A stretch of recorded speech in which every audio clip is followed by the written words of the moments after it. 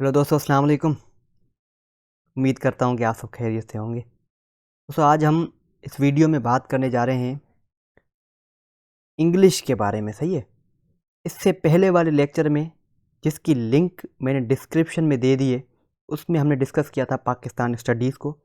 48 minutes का, यानी near to 1 our का वो लेक्चर था, जिसमें पाकिस्तान स्टडीज़ को हमने इन डेप्थ कम्प्लीटली देखा। कुछ चीज़ें रह गई जो कि अगले लेक्चर्स में आएंगी।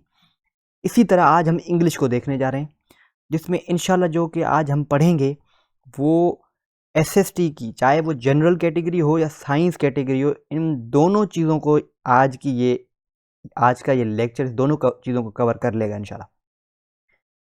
साइंस कैटेगरी में 20% इंग्लिश आएगी, जनरल कैटेगरी में भी 20% ही इंग्लिश आएगी, लेकिन दोनों का लेवल वही होगा, BPS 16 वाला। तो ये उस हिसाब से मैंने जैसे कि आपको बताया कि प्रिपरेशन कर रहा हूँ इस चीज़ की, तो मैंने चीज़ें ये पढ़ी, इनको मैंने सोचा I must share with my friends, with my followers. तो शुरू करते हैं। बाकी वो बात कि भाई आप मुझे क्यों सुने, उसका रीज़न मैंने पिछले लेक्चर में दिया था, उस चीज़ को आप देख लीजिएगा, और पाकिस्तान स्टडीज़ भी आपको काम दे जाएगी। तो शुरू करते हैं हम इंग्लिश की बेसिक ट्रिक्स से। ये कुछ बेसिक ट्रिक्स हैं, इनको देख लो। उसके बाद हम नेरेशन पर आएंगे, फिर एक्टिव पैसिव पर आएंगे, फिर हम सेंटेंस के जो टाइप्स हैं उन पर आएंगे, प्रेपोजिशन पर आएंगे, और तमाम चीज़ें आज जो हैं वो इस लेक्चर में हम डिस्कस करेंगे, लेकिन शॉर्ट इंशाल्लाह, शॉर्ट और बड़ी अच्छी बेहतरीन टेक्निक्स के साथ। तो कुछ कॉमन मिस्टेक्स हैं जो हम कर जाते हैं हमेशा, तो उनसे शुरू करते हैं। पहले मैं आपको थोड़ा बेसिक बता दूं कि भाई इंग्लिश के अंदर अगर कोई सेंटेंस होगा तो उस उनके इंग्रेडिएंट्स ये होंगे। सबसे पहले सब्जेक्ट होगा, I we you he she it they, जो आपने सुने होंगे। फिर वर्ब होगा, वर्ब का मतलब होता है एक्शन, काम करना। और फिर लास्ट में ऑब्जेक्ट होगा, जिस पर काम किया जाता है। ठीक है। वर्ब के फॉर्म्स होते हैं, फर्स्ट, सेकंड, थर्ड, इंग फॉर्म, जेरेंड फॉर्म, ये आपने सुने होंगे। ठीक है। सब्जेक्ट क्या होता है, I we you he she it they, लेकिन इनको डूअर ऑफ एन एक्शन कहा जाता है। भाई I am doing a work, तो आई जो है यहाँ पर सब्जेक्ट है, जो कि एक काम कर रहा है, तो subject is a doer of an action.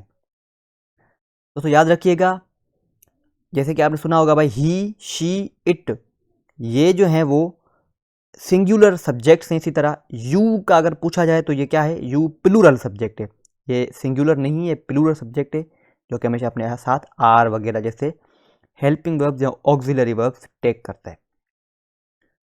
दोस्तों हमने क्या किया है कि भाई हम समझते हैं कि शल का यूजेज अब ख़त्म हो गया है, लेकिन ऐसा कुछ नहीं है।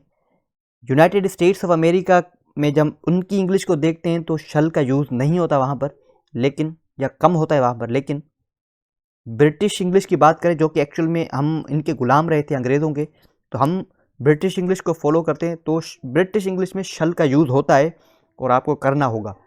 आई और वी हमेशा शल टेक करते हैं फ्यूचर के टेंसेस में अपने साथ, बाकी जो हैं वो विल टेक करते हैं अपने साथ।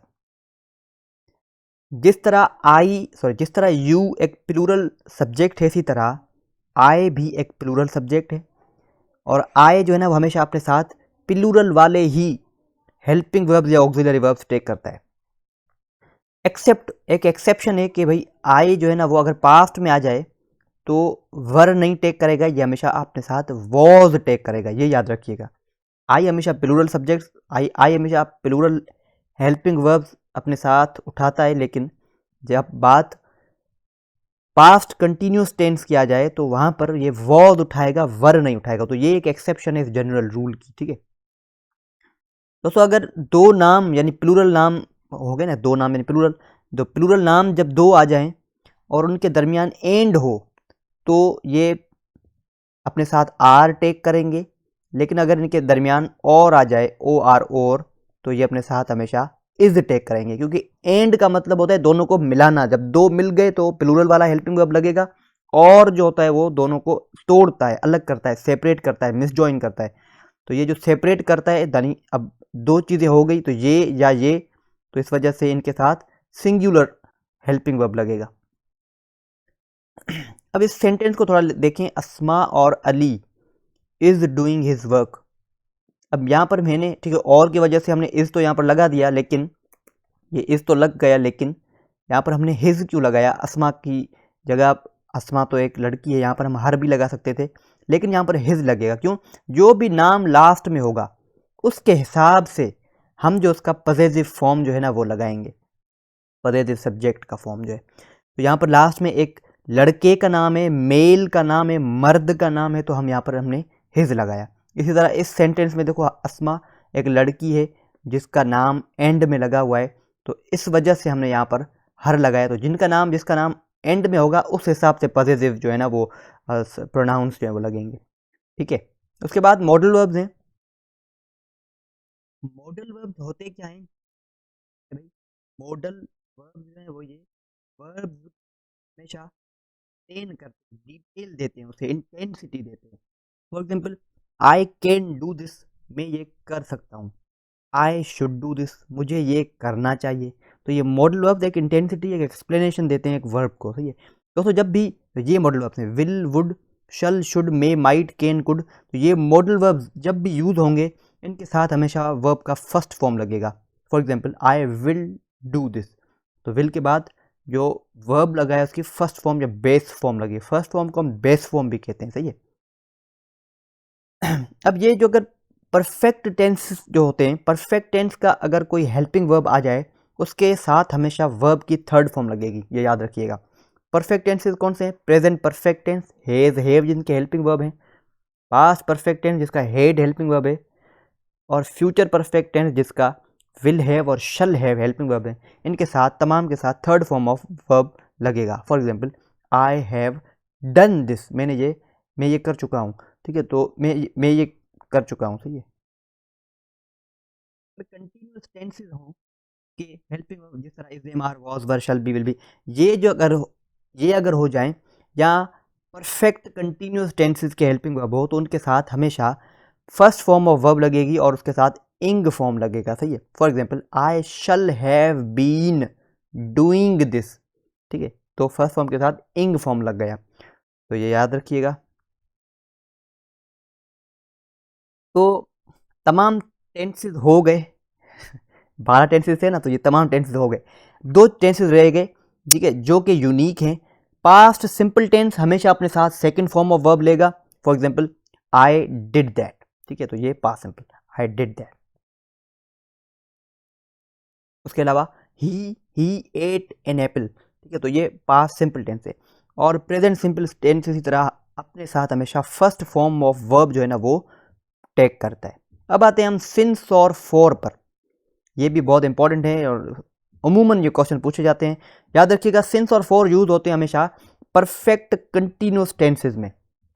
Present perfect continuous, past perfect continuous, future perfect continuous tenses में ये यूज होते हैं। बस इतना सिंपल मैं आपको बता दूं कि इनको याद कैसे करना है। फॉर जो है ना वो जिस तरह, फॉर एग्जाम्पल भाई स्टार्टिंग किस तरह होती है भाई? Second, minute, hour, week, month, year, decade, century. ठीक है भाई, कौन सा सेकंड, कौन सा मंथ, कौन सा मिनट, कौन सा ईयर पता नहीं है ना, फॉर लगेगा। लेकिन अगर स्पेसिफिक इनकी डिटेल दी जाए, कौन सा साल भाई? 1988, स्पेसिफिक बता जाए तो सिंस लगेगा, स्पेसिफिक नहीं है तो फिर फॉर लगेगा। ठीक है, तो ये देखिए सेकंड, मिनट वगैरह, ये 8 आवर्स भाई, 8 आवर्स तो ठीक है, लेकिन 8 आवर्स कौन से? आज के, कल के, 3 दिन पहले जो 8 घंटे हुए थे वो कौन से? पता नहीं है, तो यहाँ पर फॉर लगेगा। लेकिन स्पेसिफिक बताया जाए भाई, ठीक है, फॉर एग्जाम्पल पर्टिकुलर डेट दी जाए 1980, 2001, तो इन सब के साथ सिंस लगेगा, इनके अलावा फॉर लगेगा। ठीक है, तो ये एग्जाम्पल्स भी लिखे हुए हैं। पार्ट्स ऑफ स्पीच हमें पता है कि भाई 8 पार्ट्स ऑफ स्पीच है, जिसमें से कुछ को हम नीचे डिस्कस करेंगे। 8 कौन से? Noun, pronoun, verb, adverb, adjective, preposition, conjunction.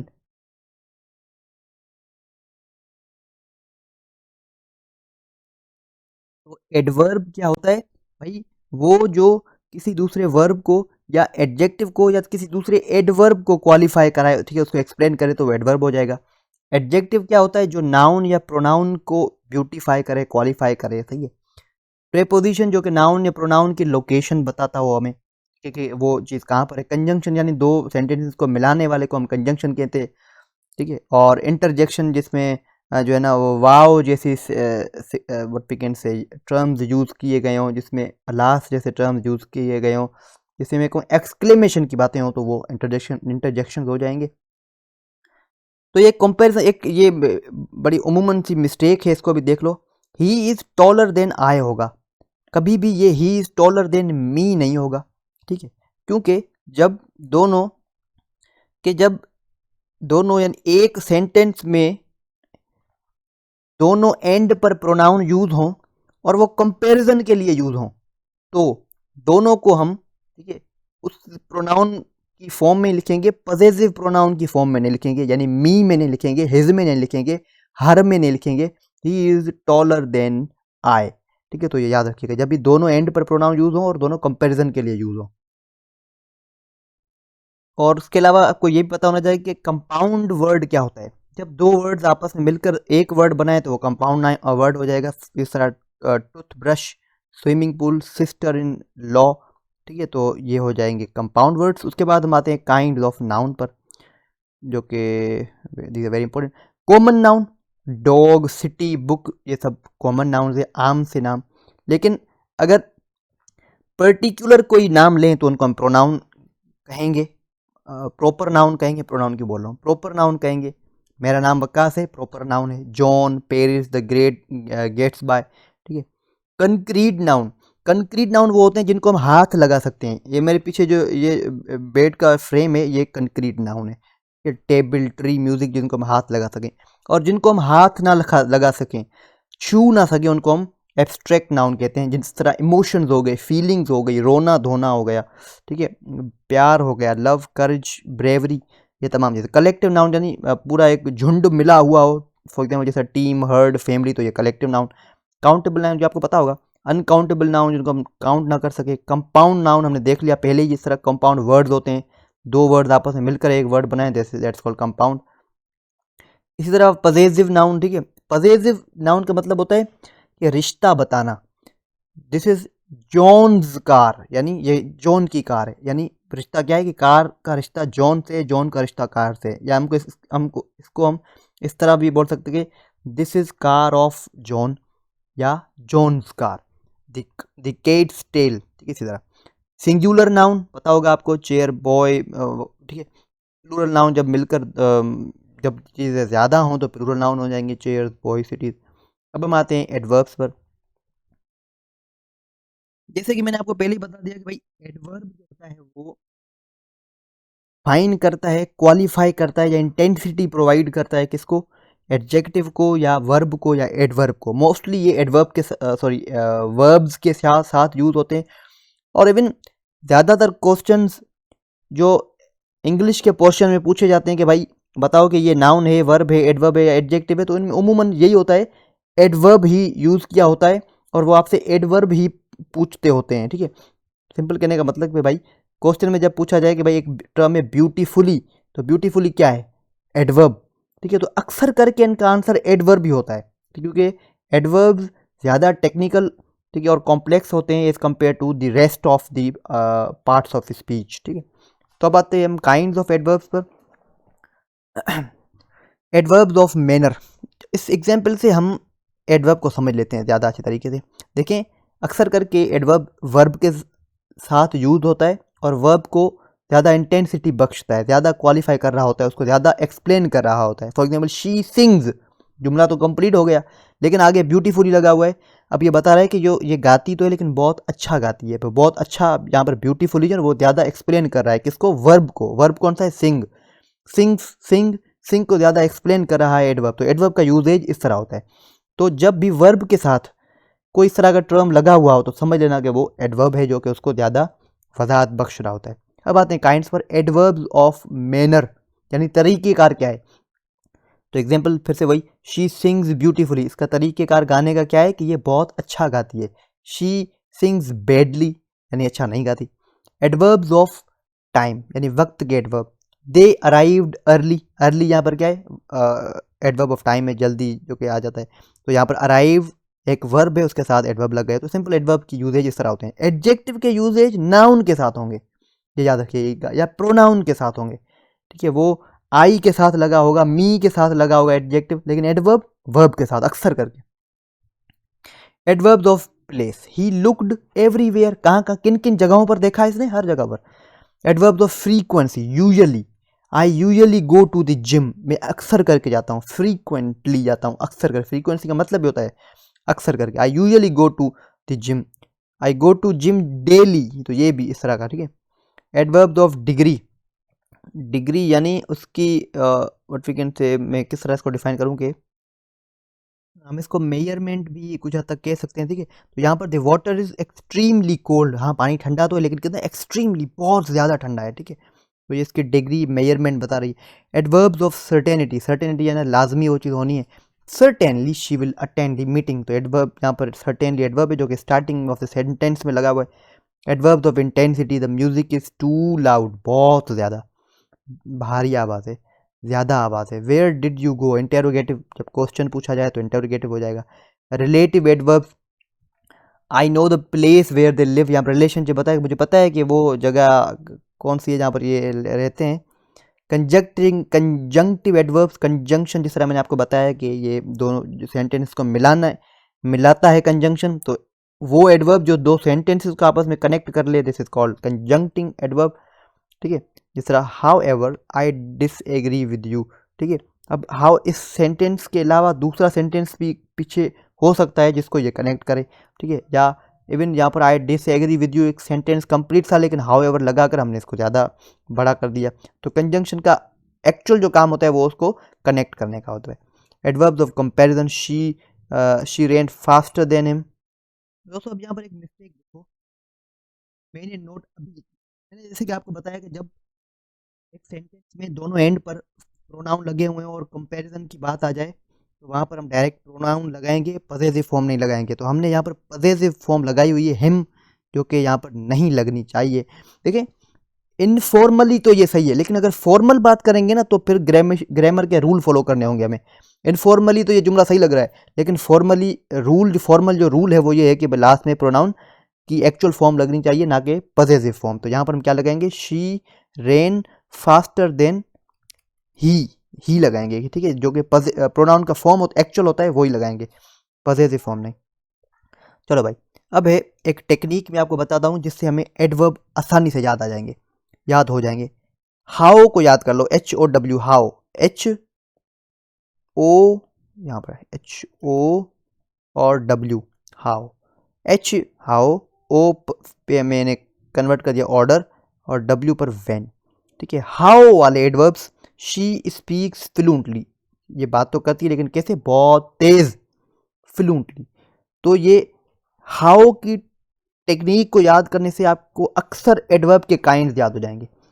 ओ यानी ऑर्डर क्या है कि भाई वो कब पहुंची, ही अराइव्ड फर्स्ट, ये सबसे पहले पहुंची, ठीक है। तो ये एक ऑर्डर है, सीक्वेंस में कह सकता हूँ ऑर्डर, ठीक है। और व्हेन, कब पहुंची या कब पहुंचा, कब पहुंचेगा, ही विल मीट टुमारो, यहाँ पर टुमारो क्या है, एडवर्ब है।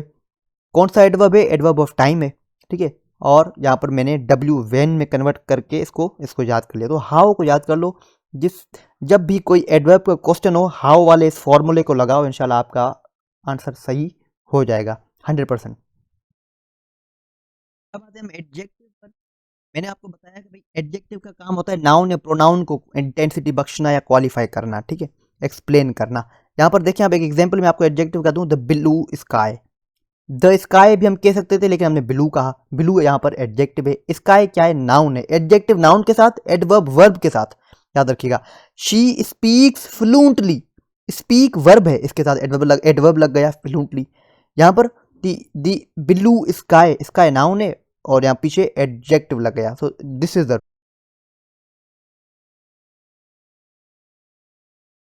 हम आ जाए ब्यूटीफुल। ब्यूटीफुल तो एडजेक्टिव भी है और एडवर्ब भी है, तो आप किस तरह इसको डिफ्रेंशिएट करोगे, तो इसका सिंपल हल ये है कि जब ब्यूटीफुल वर्ब के साथ लगा हो तो एडवर्ब होगा, अगर ब्यूटीफुल नाउन के साथ लगा हो तो एडजेक्टिव होगा। For example, she sings beautifully, यहाँ पर ब्यूटीफुली एडवर्ब है क्योंकि वो सिंग के साथ लगा है, सिंग एक वर्ब है। इसी तरह she is a beautiful girl, तो गर्ल यहाँ पर क्या है, नाउन है, तो अब यहाँ पर ब्यूटीफुल लगा है वो एडजेक्टिव हो जाएगा। ठीक है, इस सेंटेंस को हम इस तरह भी बोल सकते थे ना, she is beautiful, she is the girl, लेकिन हमने ब्यूटीफुल लगाया क्योंकि उसको इंटेंसिटी बख्शने के लिए, she is a beautiful girl. दोस्तों काइंड्स पर आते हैं, डिस्क्रिप्टिव एडजेक्टिव सबसे पहले कि वो डिटेल देंगे। द ब्लू स्काई, किस तरह का स्काई, डिटेल क्या है, ब्लू स्काई। क्वांटिटी बताएंगे, आई हैव 3 बुक्स, 3 यहाँ पर क्या है, एडजेक्टिव है। ठीक है, डिमॉन्स्ट्रेशन यानी मूवी की टाइप या वजाहत देना किसी चीज़ के बारे में, I like this shirt, demonstration में दे रहा हूँ कि I like this shirt. Possessive adjective आपको मैंने पोजेशन का मीनिंग बताया पहले, इंटेरोगेटिव यानी जिसमें क्वेश्चनिंग हो। Indefinite adjective, some people like spicy food. Indefinite adjective, indefinite adjective यानी जहाँ पर डेफिनेट चीज ना हो कि भाई लोग कितने, खाना कितना, तो यहाँ पर जो सम है वो इनडेफिनिट एडजेक्टिव है। Some people like spicy food, अब सम यानी कितने, 8, 10, 12, 100, 200। कंपेरेटिव एडजेक्टिव यानी जो कंपेयर करें, यहाँ पर ये जो मोर लगा हुआ है, this is a comparative adjective, this book is more interesting than that one. Superlative यानी सबसे आला, mount Everest is the tallest, यहाँ पर ये जो है ना tallest, this is superlative adjective. Proper adjective, नाम प्रॉपर जो हो, for example Italian pizza, Shakespearean play. Compound यानी दो जब मिलें तो, फॉर एग्जांपल यहाँ पर हो गया, तो कंपाउंड सेंटेंस में, इस कंपाउंड एडजेक्टिव में ये पूरा एक कंपाउंड एडजेक्टिव है। The concert was free and open air. ठीक है, फिर न्यूमरल एडजेक्टिव यानी पूरी जिसमें नंबरिंग हो, I am the first person in line. अब फर्स्ट तो हमने एडवर्ब में भी देखा था, वहाँ पर वो वर्ब के साथ लगा हुआ था, यहाँ पर पर्सन जो है ना, this is a noun, so I am the first person, first यहाँ पर एडजेक्टिव इसलिए। अब आते हैं दोस्तों नेरेशन पर, एक्टिव और सॉरी डायरेक्ट और इनडायरेक्ट स्पीच पर, इसके बाद आएंगे एक्टिव पैसिव पर। हम नेरेशन का हवाला में तो ये है कि भाई नेरेशन के 2 टाइप होते हैं। नेरेशन यानी नेरेट करना, स्टोरी बताना। नेरेशन के 2 टाइप होते हैं, डायरेक्ट स्पीच और इनडायरेक्ट स्पीच। ठीक है, अगर मैं डायरेक्टली कोई बात करूं कि भाई आप जो है खाना खाओ, डायरेक्ट स्पीच है। इनडायरेक्ट स्पीच है कि भाई वो जो हमारा दोस्त है ना, उसने कहा था कि आप खाना खाओ, अब उसने कहा था, मैंने नहीं, मैं बता रहा हूँ कि उसने कहा था, ये इनडायरेक्ट स्पीच होती है। अगर मैं आपको एक एग्जांपल बताऊं, he said I am going to the store, अब यहाँ पर ही सेड जो है ना, ये है रिपोर्टिंग वर्ब, और ये जो इसके अंदर पड़ा हुआ है जिसको हम कोटेशन मार्क्स कहते हैं, तो कोटेशन मार्क के अंदर जो चीज़ पड़ी है उसको हम कहते हैं रिपोर्टेड स्पीच।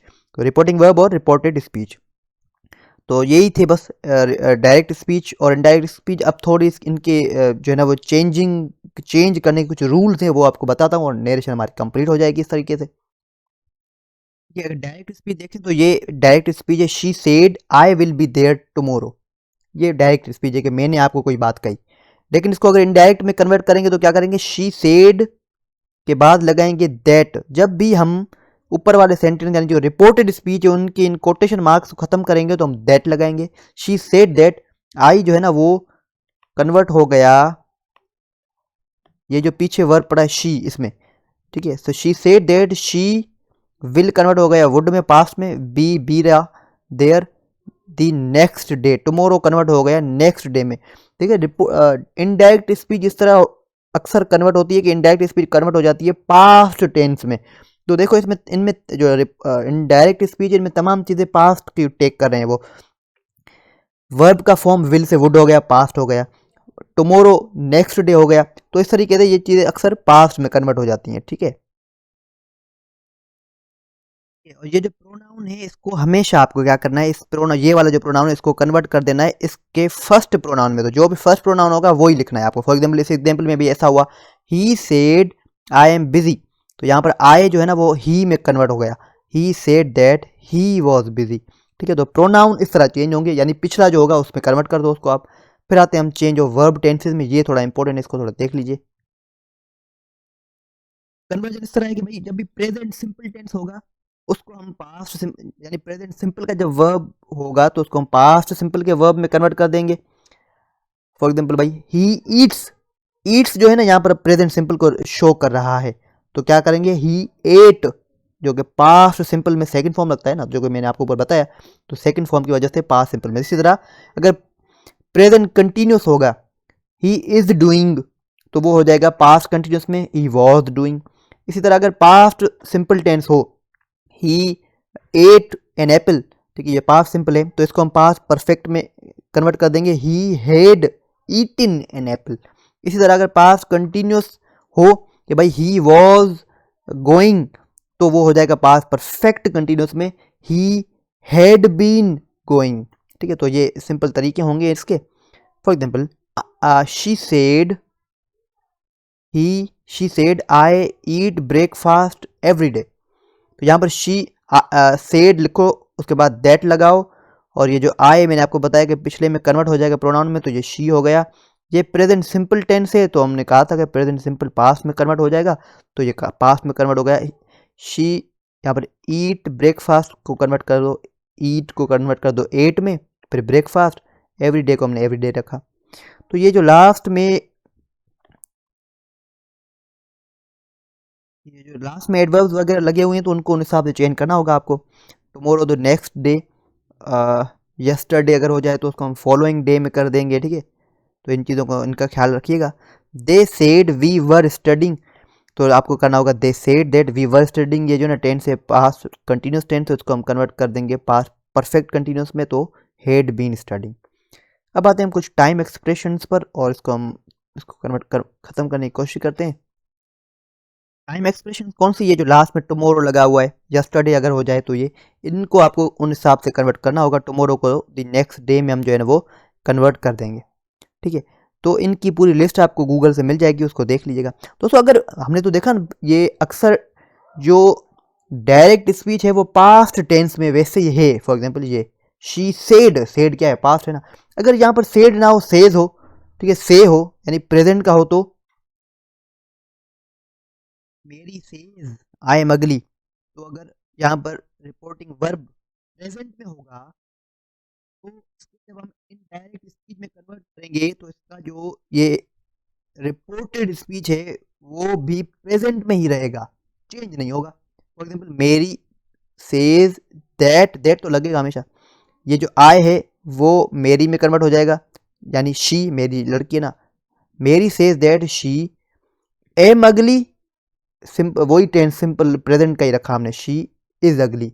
वरना अगर यहाँ पर सेज की जगह पर सेड होता, SAID, यानी पास्ट का फॉर्म होता, तो हम यहाँ पर शी वॉज अगली लिखते, लेकिन यहाँ पर प्रेजेंट फॉर्म इस वजह से हमने इज अगली लिखा। ठीक है, तो this is all about narration. अब हम आते हैं एक्टिव पैसिव पर। दोस्तों अब आते हैं एक्टिव वॉइस पर। वॉइस यानी आवाज़, पैसिव डायरेक्टली आपसे मोहब्बत, आपको मेरी जरिए मोहब्बत की जाती है, मेरे द्वारा मोहब्बत की जाती है, ये पैसिव वॉइस हो गया। एक्टिव वॉइस का formula subject plus verb plus object, जो कि जनरल फॉर्मूला है, मैंने ऊपर से डायरेक्टली लगातार यही तो चीज़ बता रहा हूँ। लेकिन पैसिव वॉइस में ये जो ऑब्जेक्ट है वो पीछे आ जाएगा, बीच में वर्ब, लास्ट में सब्जेक्ट। कुछ रूल्स हैं वो बताता हूँ, ये क्लियर हो जाएगा। शी राइट्स अ लेटर, अगर प्रेजेंट सिंपल का जुमला हो, शी राइट्स अ लेटर, तो इसको किस तरह कन्वर्ट करेंगे कि अ लेटर यानी ऑब्जेक्ट है ना पीछे लाओ, फिर राइट्स को वर्ब है इसको बीच में लाओ, लेकिन राइट जो है वर्ब है इसकी फॉर्म को कन्वर्ट करेंगे, कुछ ऑक्सिलरी वर्ब्स भी लगाएंगे। She writes a letter is, write को कन्वर्ट कर दिया थर्ड फॉर्म में रिटिन, और लास्ट में लगाएंगे बाय। शी का अगर पॉजेसिव प्रोनाउन देखें तो हर होता है, हर। याद रखिएगा पैसिव वॉइस में हमेशा थर्ड फॉर्म ऑफ वर्ब लगेगी, जिस तरह रिटिन लगा, थर्ड फॉर्म ऑफ वर्ब लगेगी, painted, built, third form. By लाजमी लगेगा, ये याद रखिएगा। बाकी कुछ रूल्स हैं वो आपको रटने होंगे, क्रेम करने होंगे, मैं आपको बता रहा हूं। पास्ट सिंपल हो, ही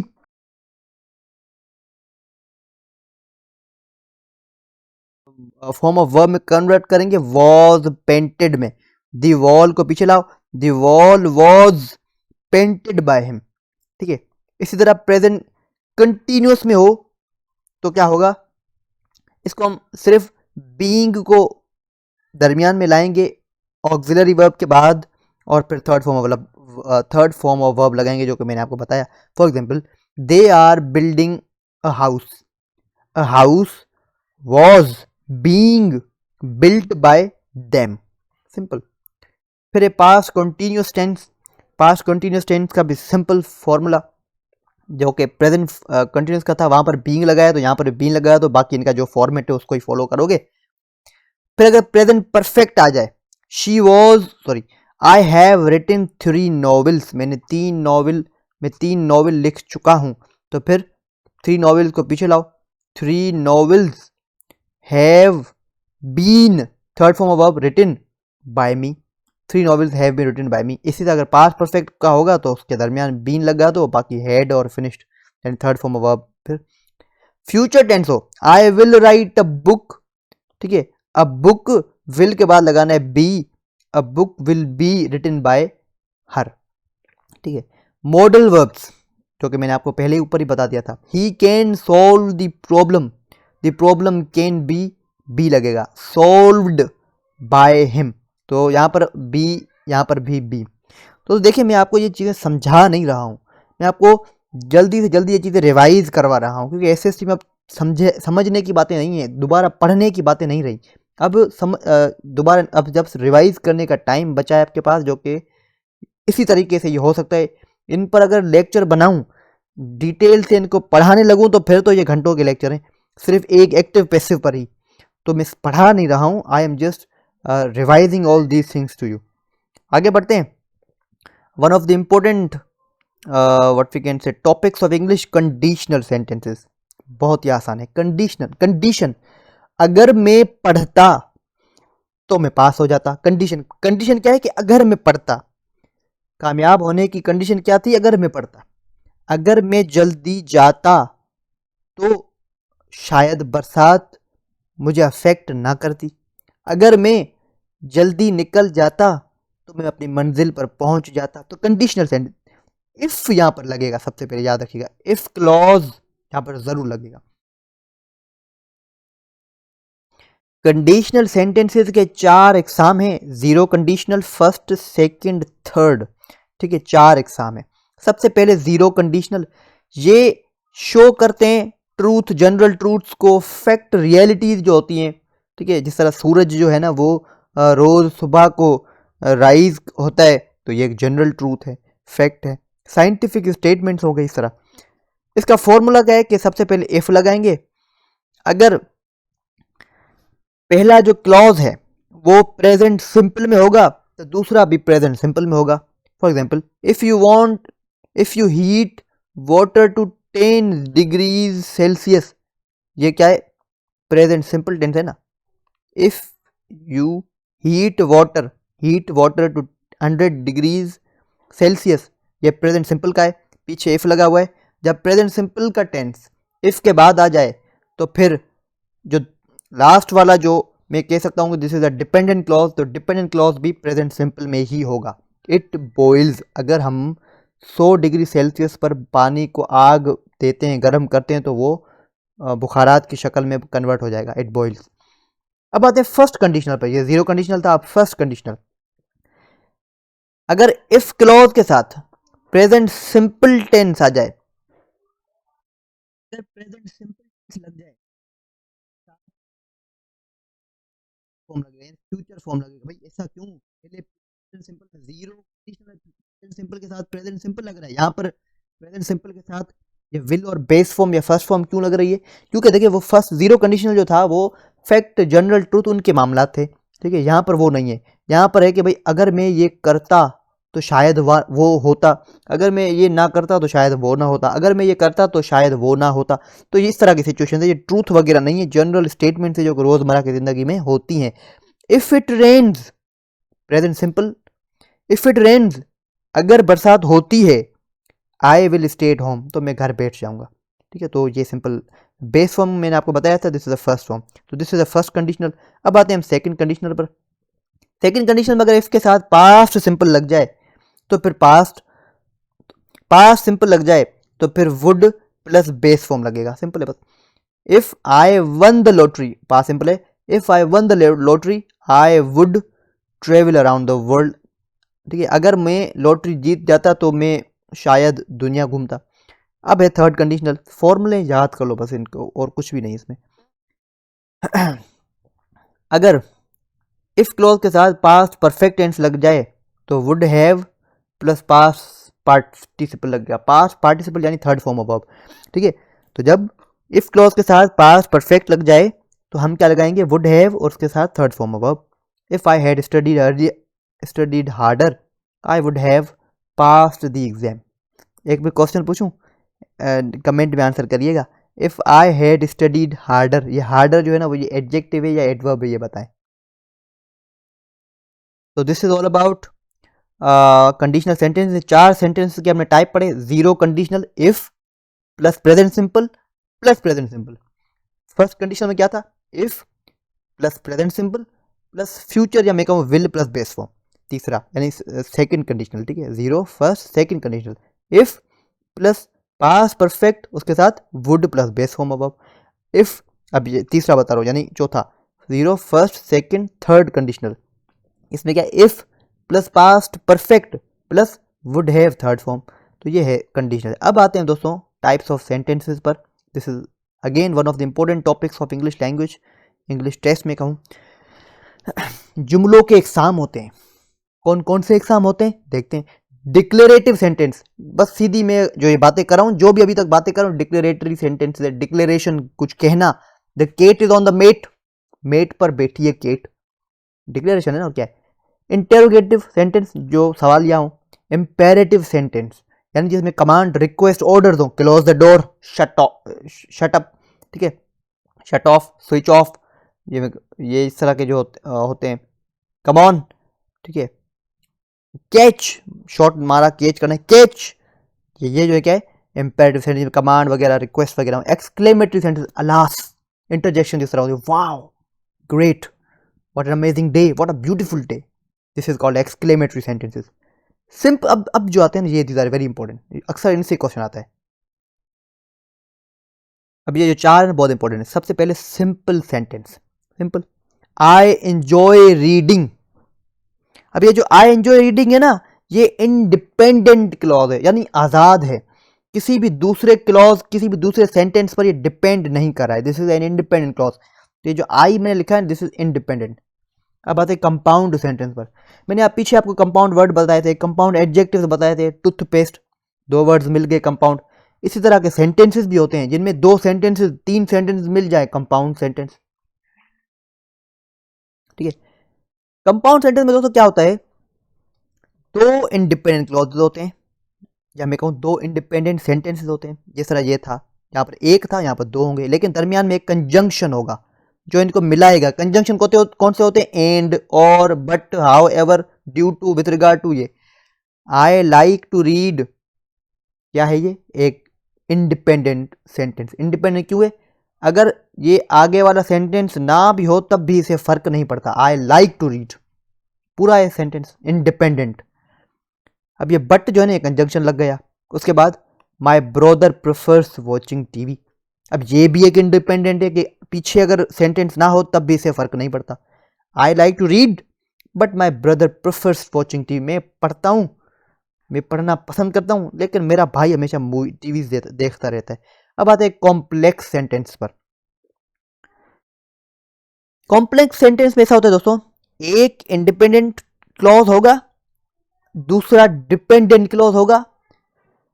डिपेंडेंट क्लॉज एक भी हो सकता है, एक से ज्यादा भी हो सकता है, मैंने यहां पर सिर्फ एक लिखा है। For example, although it was raining they went for a walk, यहां पर इंडिपेंडेंट क्लॉज कौन सा है, ये, they went for a walk, क्योंकि अगर पीछे वाला ये जुमला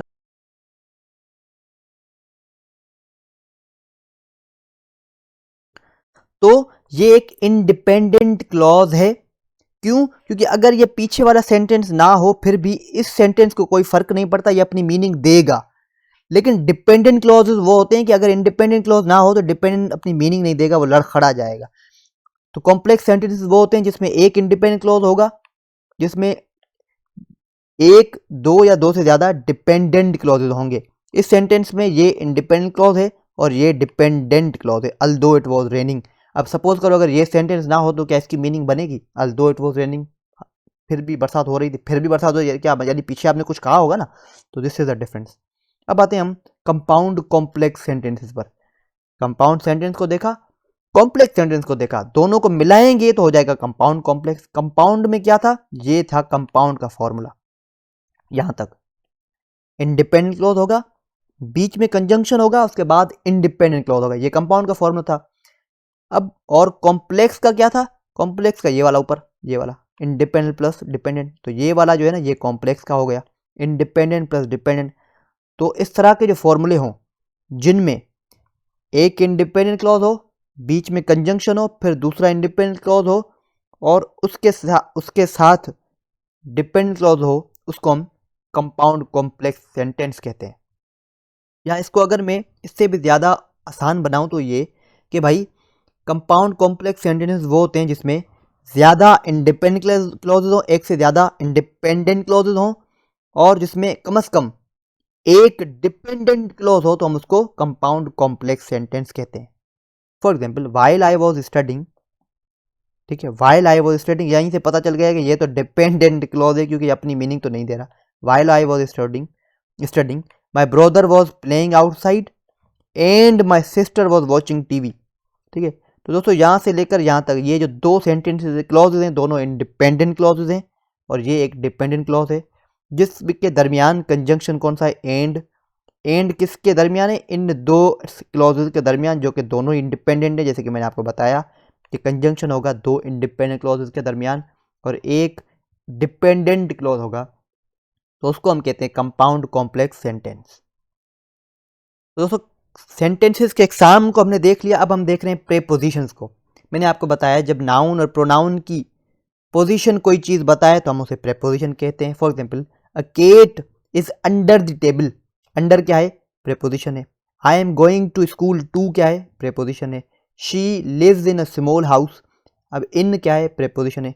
प्रेपोजिशन को याद किस तरह करें, आपको अक्सर बेसिक रूल्स तो पता ही होते हैं भाई। टेबल के ऊपर होगा ऑन, अगर बड़ा शहर है तो in, I am going in Karachi, I am going to Karachi, I lives in Karachi, ठीक है। आई लिव्स एट उमरकोट, जो बड़ा शहर होगा उसके साथ इन लगाएंगे। For example I lives in Karachi, छोटा शहर होगा उसके साथ एट लगाएंगे, आई लिव्स एट उमरकोट। अगर विलेज होगा तो विलेज के साथ इन लगाएंगे, आई लिव्स इन नवकोट विलेज, ठीक है। तो ये मामला थे इन और एट के। लेकिन प्रेपोजिशन को याद किस तरह करें, देखिए हर वर्ड वहाँ पर टेस्ट में आपसे ये नहीं पूछेंगे कि इन कहाँ लगेगा, एट कहाँ लगेगा। BP16 की टेस्ट दे रहे हो तो उनमें ये चीज़ें होंगी। ये क्या है, ये एक पूरी लिस्ट है, इससे ज़्यादा भी लिस्ट आप फाइंड आउट कर सकते हैं, गूगल से आपको मिल जाएगी। लेकिन मैं आपको टेक्निक बताऊंगा, देखें प्रेपोजिशन को याद किस तरह करना है। हर वर्ड अपना खुद का पर्टिकुलर प्रेपोजिशन उठाता है जो कि आपको याद करना होगा। For example I am absorbed in studies, ठीक है, यानी मैं जज़ब हूँ, जज़ब से ज़्यादा मुझे पढ़ाई अच्छी लगती है, मैं ज़्यादा पढ़ता हूँ, मैं गुम हो गया हूँ पढ़ाई में। आई एम एब्जॉर्ब्ड इन जो है ना वो एब्जॉर्ब्ड की वजह से लगा। तो एब्जॉर्ब्ड टर्म हमेशा अपने साथ इन टेक करेगा। तो ये एक प्रेपोजिशन का फॉर्मूला है, हर वर्ड अपना प्रेपोजिशन पर्टिकुलर उठाता है। For example I am different from my sister, different हमेशा फ्रॉम उठाएगा, ठीक है। उसके बाद ही बिलीव्स इन मी, इस पर इससे मुझ पर यकीन है, ठीक है। अब इसका मतलब ये नहीं है कि इसमें इससे मुझ में यकीन है, इसका मतलब इससे मुझ पे यकीन है, लेकिन बिलीव हमेशा इन उठाएगा। ही बिलीव्स इन मी, ठीक है। I am going to file a complaint about you, मैं आपके बारे में कंप्लेंट करने जा रहा हूँ, ठीक है। डोंट ब्लेम फॉर एनीथिंग, ठीक है, तो ब्लेम फॉर उठाएगा। तो ये एक पूरी लिस्ट है, ये पढ़िए। ये फाइल भी अगर आप मुझे कहोगे तो मैं आपको दे दूंगा, ठीक है। आप देख सकते हो कुछ ये 50-60 हैं। बाकी ये एडिशनल इन्फॉर्मेशन हमने कल देखी थी, इसको ज़्यादा मैंने एग्जैजरेट अभी नहीं किया, कुछ नई चीज़ नहीं मिली मुझे, ठीक है। तो दिस इज़ ऑल अबाउट। दोस्तों आज इंग्लिश को हमने देखा, इंग्लिश में हमने बेसिक टेक्निक्स को देखा, नाउन देखा, pronoun, verb, adverb, adjective, narration को देखा हमने, एक्टिव पैसिव वॉइस को देखा हमने प्रेपोजिशन को देखा, हमने सेंटेंसेस के टाइप्स को देखा, ठीक है। हमने कंडीशनल सेंटेंसेस को देखा। यानी मैं समझता नहीं हूँ कि कुछ रह गया, लेकिन मैंने कहा था कि पाकिस्तान स्टडीज़ जो कल मैं लेक्चर बना उसमें मैंने कहा था कि अभी भी कुछ रह गया है। इसी तरह इंग्लिश में अभी भी कुछ रह गया है जो कि हैं आर्टिकल्स, और आर्टिकल्स इंशाल्लाह जल्दी मैं उन पर भी लेक्चर बनाऊंगा। तो this is all about. Thank you, खुदा हाफिज़, अस्सलाम वालेकुम।